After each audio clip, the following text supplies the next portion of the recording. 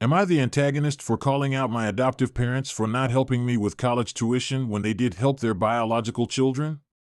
I'm 17 and the youngest in the family. I was adopted at the age of 4. My biological mom was best friends with my adoptive mom, and she adopted me after my biological mom passed away. Any reference to parents below refers to my adoptive parents. I have 3 older siblings. My parents covered their college tuition in full and then covered law and medical school for 2 of them as well. The other sibling didn't go to grad school. They also gave them a stipend to cover living expenses. I talked to my parents about college and what help I can expect, and surprisingly they told me there won't be any help because they don't have money left after they've paid for my siblings. I wasn't expecting a similar level of support, but I was expecting some kind of help. My mom told me that my bio mom didn't leave money for my college, so I'll be on my own. So I asked if this is really about money or if this is about me being adopted and not their real son. They were offended but reassured me that they genuinely can't afford it after they've purchased a condo for my sister earlier this year, and it takes a few years for their finances to recover, so it's just my bad luck that this has coincided with me going to college and there's nothing they can do now. I called them out and told them that I'm not buying this explanation at all, and they wouldn't be doing this to me if I were their biological child. My dad reminded me that I'm acting in an entitled way and should instead learn that we don't always get what we want. He told me that most parents can't fund their children's college tuition, and I'm acting like I'm entitled to a tuition-free college when I'm not. But my point has been about being treated unfairly compared to my siblings. In the end, they told me that they don't really need my permission or approval to support any of their kids, and I just need to accept that this is their decision. I said in that case they also need to accept that I believe I'm being treated differently because I'm adopted, and their answers have not been convincing. They told me I'm being an entitled brat. Now I fear that I may have overstepped, and indeed maybe I am being an asshole. Man, this is so relatable. Brought back memories. Sorry this is happening to you, OP. File for emancipation so that your FAFSA application won't be based on their income. You wouldn't qualify in that case. They make way above the median income. Speak with a school advisor about any and all scholarships that you can apply for. Work hard, apply, and get that money. I got through college with scholarships and grants. Now, work is paying for law school. I've been in your shoes, but I didn't allow myself to get the shit end of the stick from faker parents that only treated me like one of their biological children when it benefited them, but even then, it was half-a. Edit, not the a-hole. NTA. Of course, kids are not entitled to their parents paying for college and condos, but I think you are entitled to the same treatment as your siblings.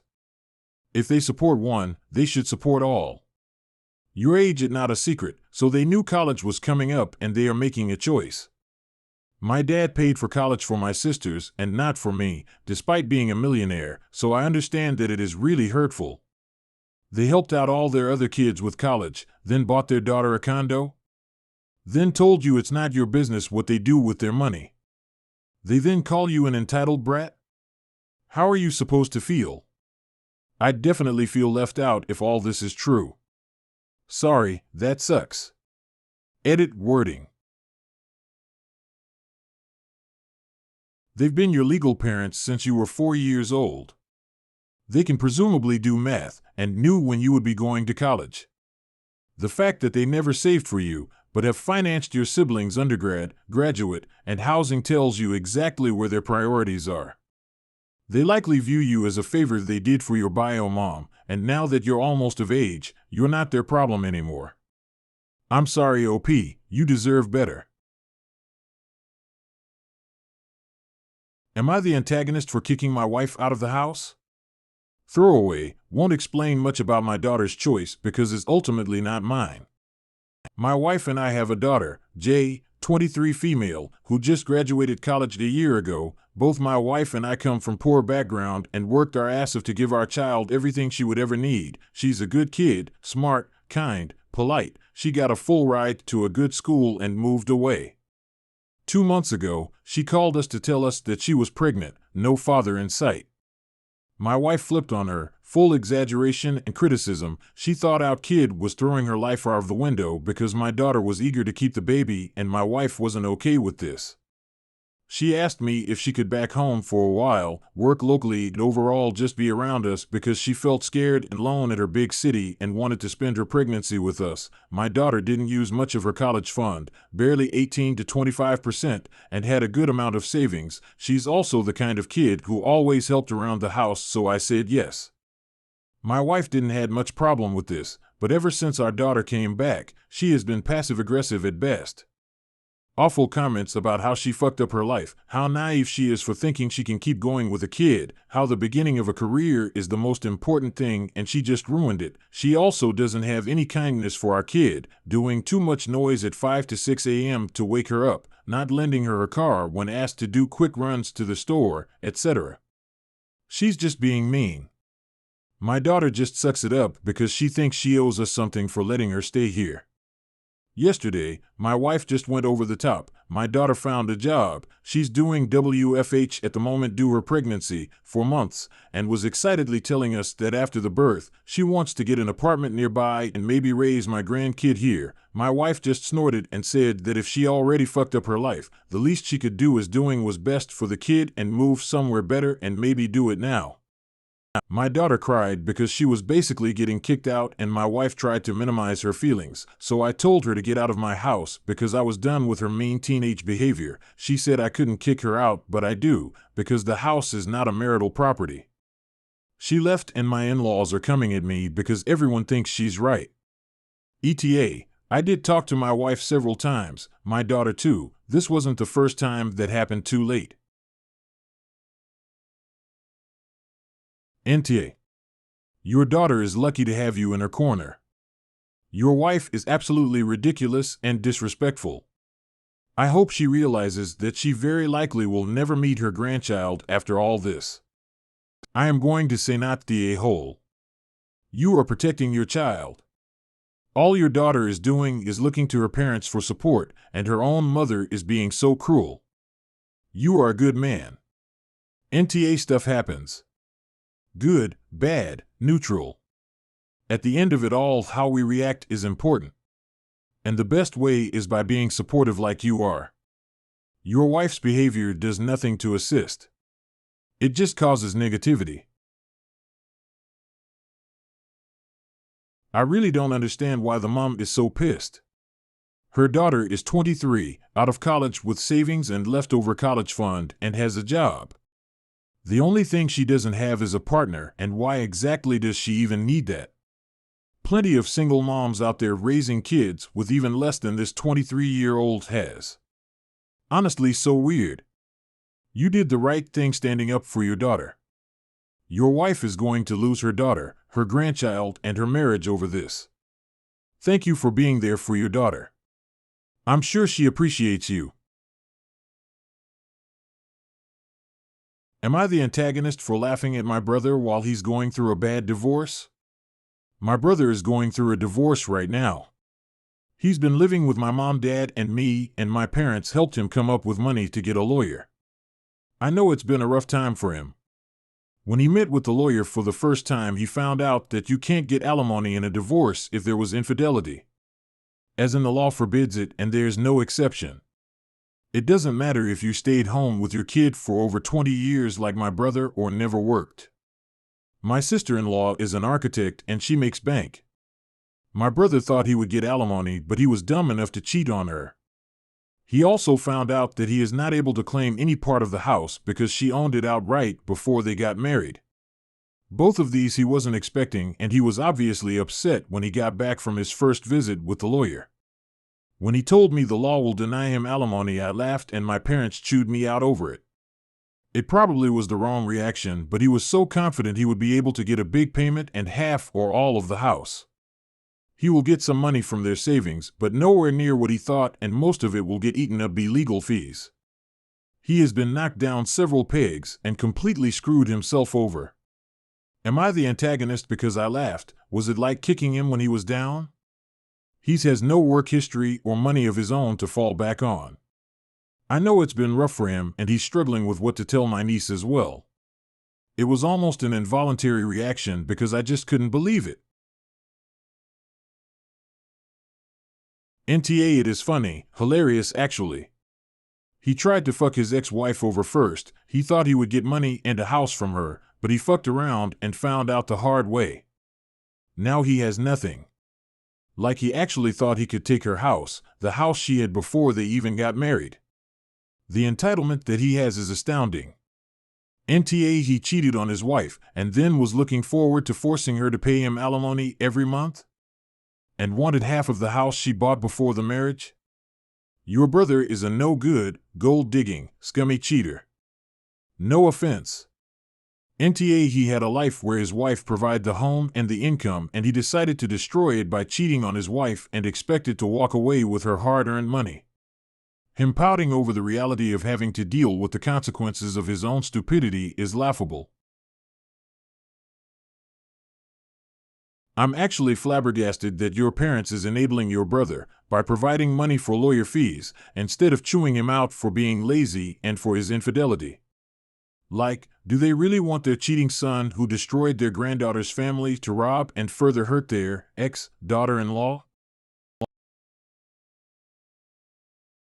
Am I the antagonist for telling my dad what his fiancé said and causing wedding troubles?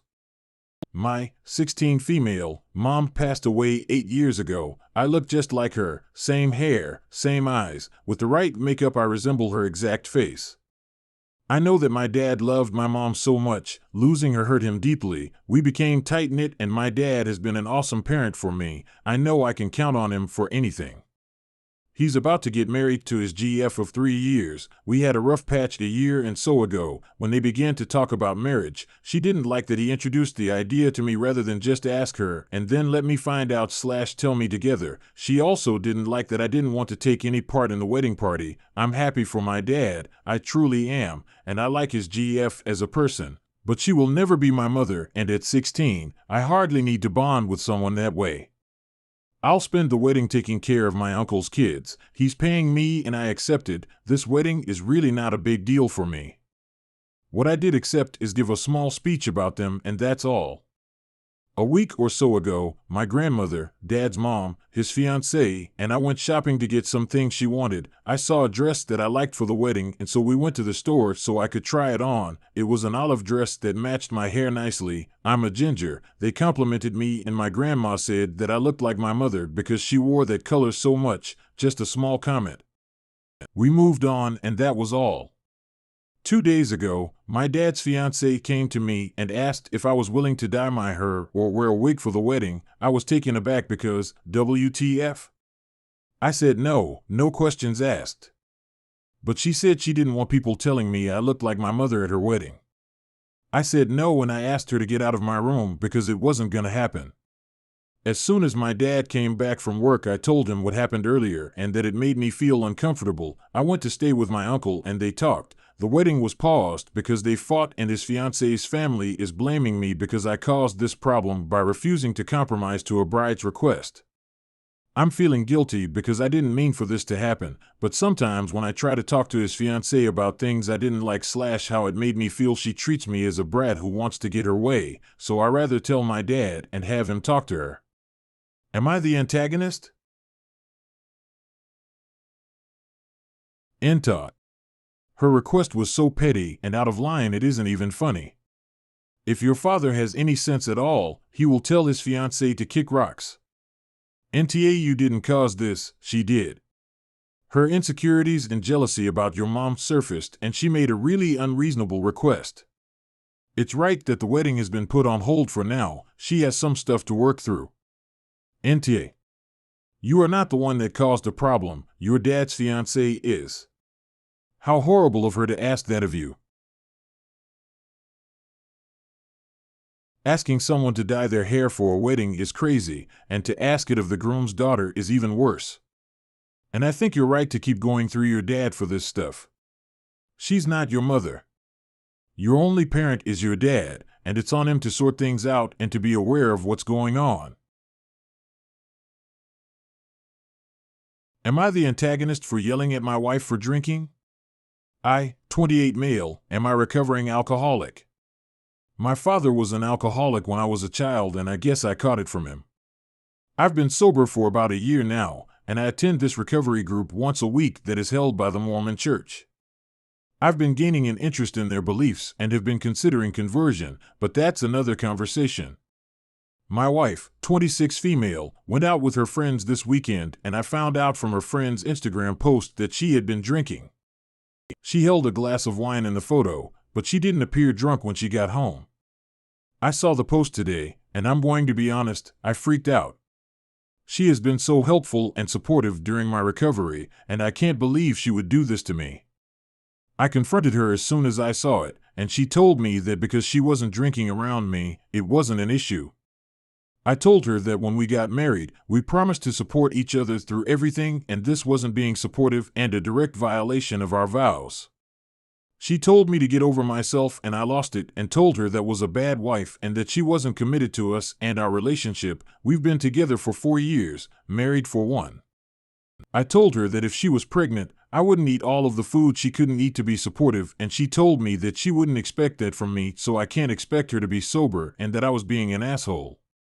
After that, I just left and contacted the group leader from my recovery group, and he let me chill at his house while I cooled down.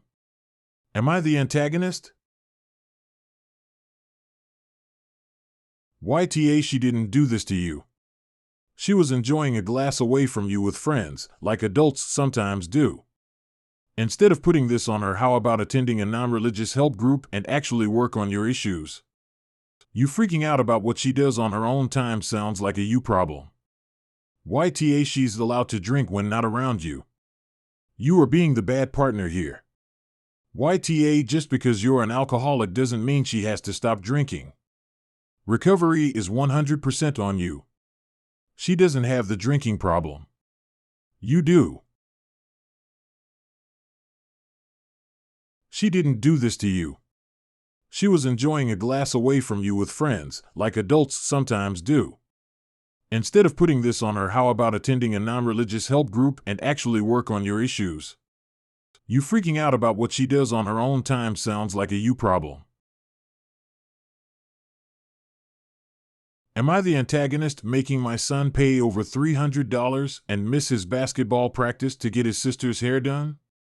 41 male, my 2 kids, 16 male, Logan, and 13 female, Lucia, get along well most of the time, but they will occasionally fight. It's just arguing over normal sibling things. However, Logan has a habit of trying to get back at people with pranks, which I have to ground him over fairly often. Lucia's natural hair is very thick and curly. Lucia would cry every day because of how painful it was to brush out the knots from her hair. We started to get Lucia's hair straightened with an annual keratin treatment, and she is much happier with her hair. We had Lucia's annual hair appointment recently. Logan asked when we came home if Lucia wanted to go swimming with him. I reminded my son that Lucia just had her hair appointment and couldn't get her hair wet for 4 more days. The next day I woke up to Logan laughing hysterically and Lucia yelling at him. Logan had dumped a bottle of water on Lucia's head while she was sleeping to get back at Lucia for eating the last caramel drumstick. The chemicals had washed out and Lucia's keratin treatment was ruined. I was incredibly pissed with Logan because he knew Lucia couldn't get her hair wet and still did it anyway. And I've talked to him numerous times about his getting back pranks over stupid things. I've only grounded him from technology in the past, but it doesn't make a difference to Logan because he keeps doing these pranks anyway.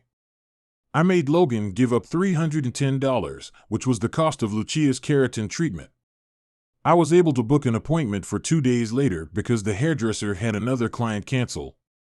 I told Logan he was going to come and wait with me for Lucia's hair to get done. Logan made an excuse that he had basketball practice at the same time, so I responded, "Well, then you're telling your coach how you can't make it this time." Logan was extremely bored during the 2.5-hour hair appointment. He asked over and over for his phone, but I told him no and reminded Logan that I told him to bring a book. It has been 2 weeks since then, and Logan has not done any more pranks. He even genuinely apologized to Lucia without me having to make him. That was 2 weeks ago, and it seemed like everyone moved past it. But then the other day, the kids' aunt, 37 female, Margaret, sent me a screenshot of some texts between her and Logan asking what it was about. Margaret asked when Logan was going to buy a video game console and how he must be pretty close. Logan responded with not anymore. Margaret asked where the money went and Logan responded with Lucia's hair. I explained what happened, but Margaret told me I was being a negligent father because Logan is a child and if he damages something, I'm responsible to pay the costs to repair/replace it. And forcing Logan to miss his basketball game was unnecessary. But Logan is 16, not 6. He needs to have consequences so he's ready for the real world. Besides, the punishment worked and now he's stopped with his pranks. But did I go too far? NTA. Sounds like Margaret didn't think he deserved any kind of punishment at all. And 16 is an adolescent, not a child. He's absolutely old enough to learn some responsibility for his actions, and sounds like he has. NTA. This isn't a cruel and unusual punishment, but rather a fair one that comes with good parenting. Her brother knew that her hair meant everything to her, and so he decided to take what she loved the most, thinking it was a simple prank. He needs to have consequences for his actions. Todd. There are consequences to the choices you make. He's just pissed he has to live with it. You did the right thing, Dad. Maybe he will learn his lesson the hard way. Also, Margaret needs to mind her business. LOL. He made the choice to ruin his sister's hair, so he has to take responsibility. $300 is a lot of money, especially to a 16-year-old, but this is definitely a mess around and find out kind of situation. Teens think their behaviors have no consequences and that all pranks are harmless. Good on you for being a parent that actually holds your kid accountable.